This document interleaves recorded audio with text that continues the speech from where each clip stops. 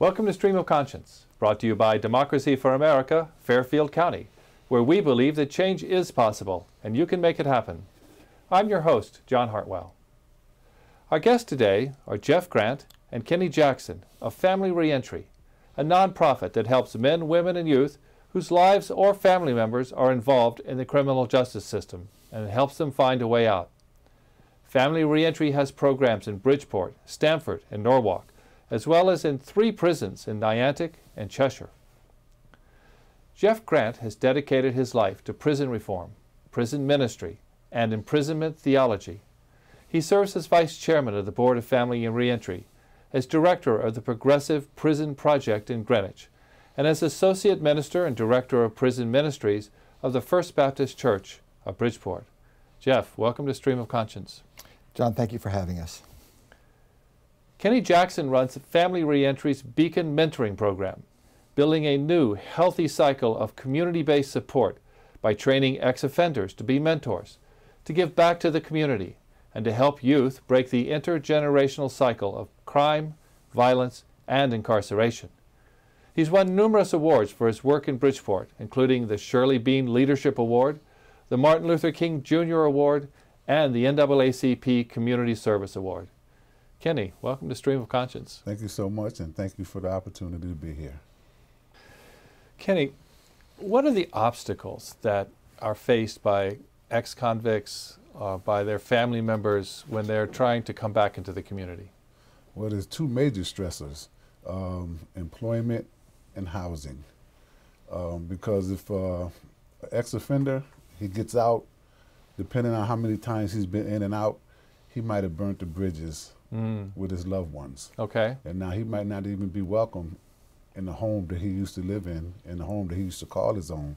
So now, and it depends on the various charges, he might not be able to go to that home as well. Okay. So that's why it's so important that housing is a major stress release to men coming out. And employment is so key because financially, everybody needs that opportunity to be financially stable. But if they're not financially illiterate in what they're going to be doing when they get the opportunity to be employed, all they're going to do is just go back, and it's going to be repetitive.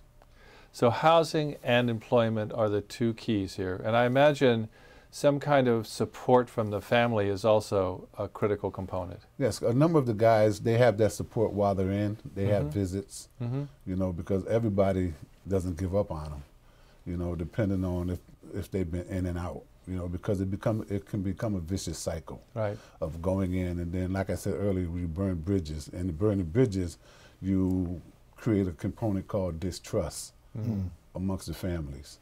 I get out, I said, well, I'm coming home for good, but once I get out, and if I get around my negative influences and my triggers, all I'm gonna do is just go back. Right. And I'm gonna let my family down again. And that's hard on them. It's very hard on them, especially if there's siblings, there's you know, sons or daughters involved who are counting on you. Right. To be a positive influence in their lives. Right, a positive role model instead of a negative one. Yes, because so many fathers, when they get out, before they even get out, they haven't even experienced fatherhood. And that's the real stickler of being a father, you know, who's being incarcerated, because a number of them didn't plan on being a father. They just happened to have sex with a young lady, and a child was born. Yeah. So that child was born more out of a physical exchange other than just love. Right, and certainly not in a family relationship. No. Right. No. And because the father is a missing link, and a lot of this stuff is going on. Right. So Jeff, Family ReEntry runs a lot of different programs, and it's been in place for about 25 years. Is that right? That's right. So can you just give us a brief overview of the various types of programs you have?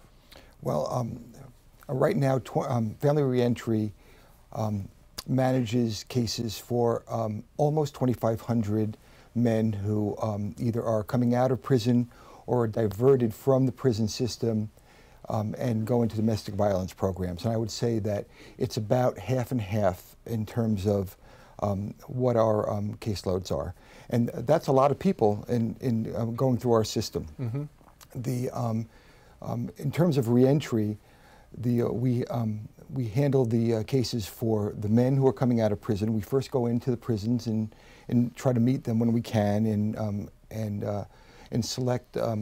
We select for them, and they select us, and try to manage that load. And then they come out and they come into our programs. So you're officially partnering with the Department of Corrections. The Department of Corrections. We also have other, depending on the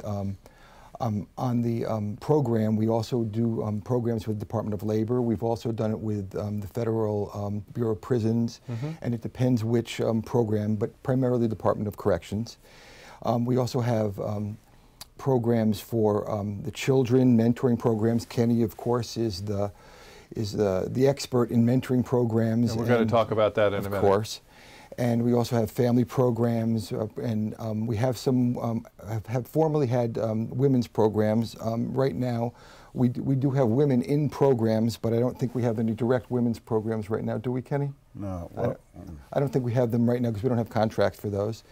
And on the domestic violence side, I would say that we are the best domestic violence program in the state. Certainly, we probably handle 20% of domestic violence flow in the entire state. Wow. And we've won awards for that. And it's a little known in terms of what we're known for. Obviously, we're a reentry model generally, but it's a very important part of what we do.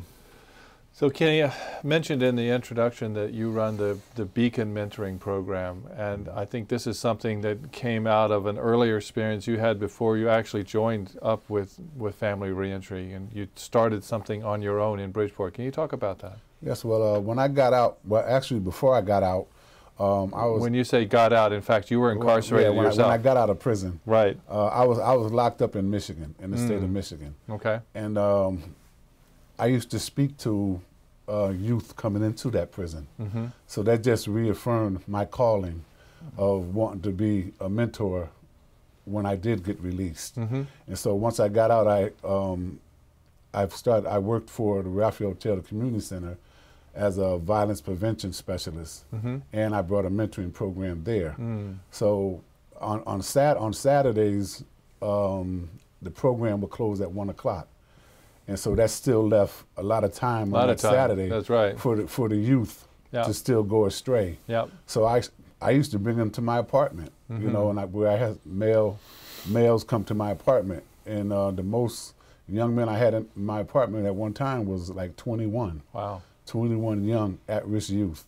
So all that did was just reaffirm my ambition to be a mentor. And so I started a nonprofit mentoring program. And I just jumped into that, so I didn't know the dynamics of it. Sure. So what happened was I met Steve Lanza. And Steve is the executive director of Family ReEntry, right? Yes. I met him, and he became a mentor to me and started directing me in the array of the proper protocols. And also Bob Francis of RISAP and Alan McKenzie of Street Smart Venture. You know, those three became, you know, some real powerful, influential men in my life to help me along with my mission of mentoring. And so describe a mentoring relationship for me. What do you do? Who comes to you? What do they need? What do you do? Well, there's different referral sources. Some I might be walking down the street and a mother just might come and say, I know you from back in the day, you know, I know you from... You grew up in Bridgeport. Yeah, I know you from when you was doing wrong, but now I know that you're a man of change. Right. How can I get my son involved in your program? How can I get my son, you know, not to make some of the mistakes that you've made in the past? And because I trust you. And so that's a referral source right there. And another referral source could be, like Jeff said, we have Champions Mentoring Program.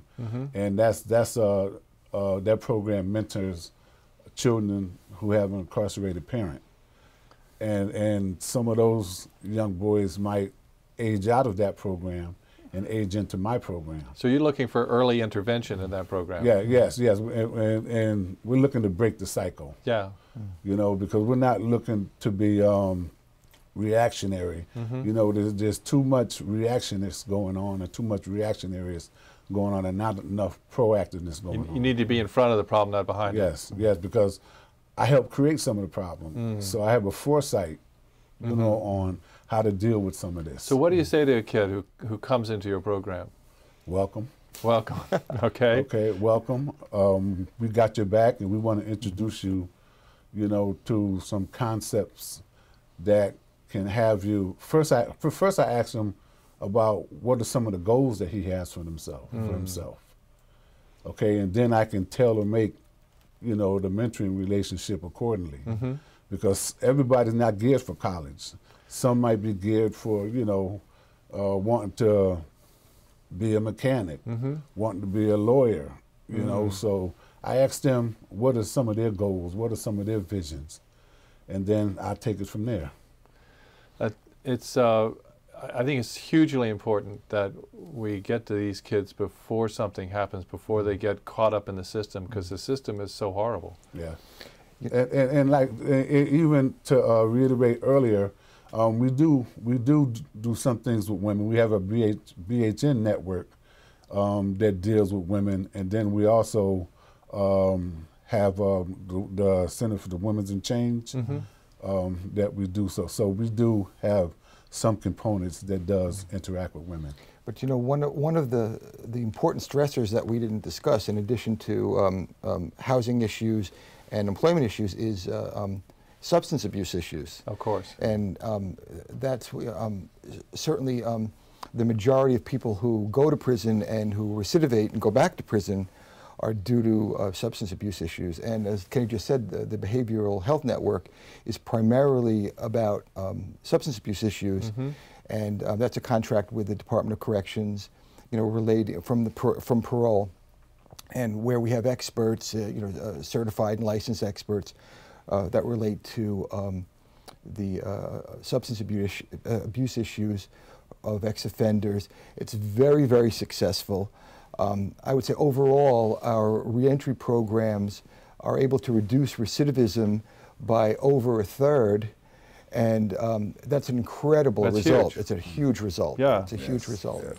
And we hired Yale Research to investigate and research our results, and this was over a number of years, and they were able to determine that the recidivism rates statewide are roughly that 2/3 of everyone who comes out of prison will go back to prison. That number's about right, Kenny, right? Roughly 2/3. But people who go all the way through our Fresh Start program are able to have that. So only 1/3 of those people will go back. So you didn't reduce it by 1/3, you reduced it by half. You take it down to 1/3. That's right, we take it down to 1/3. That's amazing. That's right. So one of the components that Kennedy had mentioned was the job component. And I know that it's so difficult for someone who has a criminal record to get a job, especially now after 9/11, when everybody is much more security conscious than they were before. But first, Family ReEntry has a program, and Jeff, you were deeply involved in that program, what did you call it, the Fresh Start Enterprises. Can you talk about that? Well, Fresh Start Enterprises is a work and learn model that was primarily funded by the federal government, and where we had work crews that were trained in the shop and on the job. And we taught them life skills and training skills and actual business skills, and then we gave them jobs. And that was a unique model because at a time when ex-offenders couldn't get jobs, we actually were giving jobs to ex-offenders, and we were modeling that for the entire community.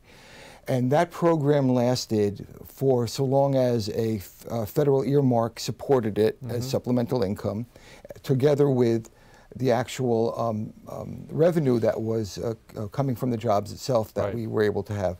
It's scaled down now since the model has changed, and it's still going on, but it's a significantly smaller model as we've turned our attention to some other projects that were moving forward. I would say it was an unqualified success for the time period it was going on. Smaller now, but is it smaller because you changed the model, or is it smaller because the loss of funding? Mostly because of the loss of funding. Yeah. It's not a self-sustainable model without supplemental funding. So running a business, and you had several different lines of businesses where these men were working, wasn't lucrative enough to bring in enough revenue to support the business. Well, the business could have been lucrative enough. It was the training component where it was important to train. Yeah. Most businesses don't have the training requirements that a ex-offender training model has, and for us, that's the whole point, is to have that training. Of course, it's trained first, business second. Right. And it was important to have supplemental revenue to do that. Right. Okay. Well, it's unfortunate that it seems to have gone away. What else are you working on now? You've got a housing program. How does that work? We have a transition house that's unstaffed, like your traditional halfway house is. So it's a trust house, so to speak. The guys themselves, they maintain it. The guys themselves, they do the cleaning, they're cooking, and things like that. And we have staff, who are over it. And the unique part about that is the staff who are in charge of the house are ex-offenders. And so that is one of the main thing about Family ReEntry as far as our initiative goes with the Fresh Start. They've given ex-offenders opportunities to be in key roles. They gave ex-offenders opportunities to make real high-risk judgment calls. And so there's a trust that the administrative part of Family ReEntry trickles down to us, and they let us, pretty much set the tone. And the relationship with ex-offenders in the house, these are guys who knew us, when we was doing wrong.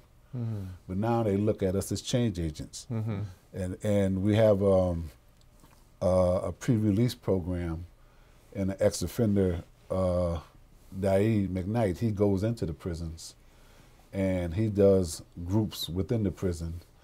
And the groups that he does in the prison, he also monitors, the behaviors of the gentlemen within the group to see who can qualify at the time to be one of the residents in the house. How many people do you have living in the house?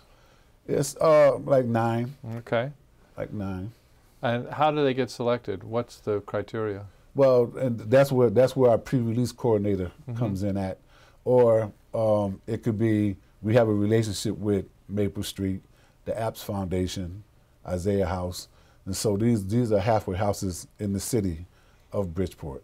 And so if a man is eligible for parole and he makes parole and he has a date, okay, then he can qualify to come to our house. How many men are released from prison in Connecticut and come back to Bridgeport, every month or every year? Any idea? I don't have the Bridgeport number, but I can tell you that about 12,000 people are released from prison in Connecticut every year. Wow. And that we manage about 800 to 1,000 of them in Family ReEntry. So that's a large chunk of them. Sure.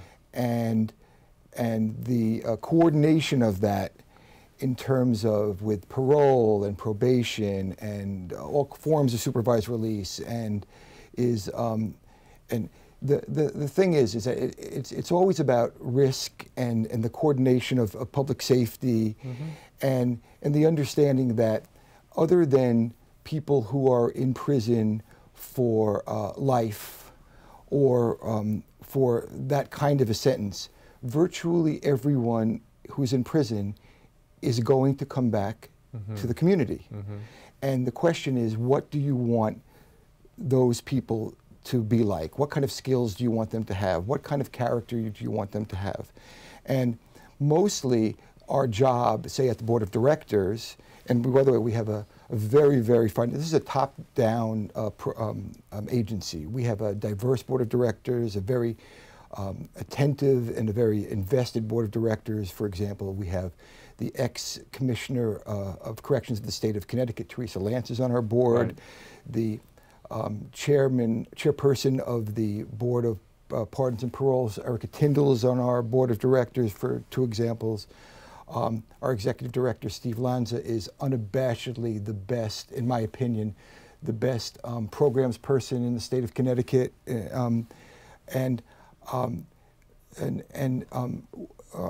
Our outreach, what we have to let people know in the community and make them comfortable with is that people who come out of prison are going to be your neighbors, whether you like it or not.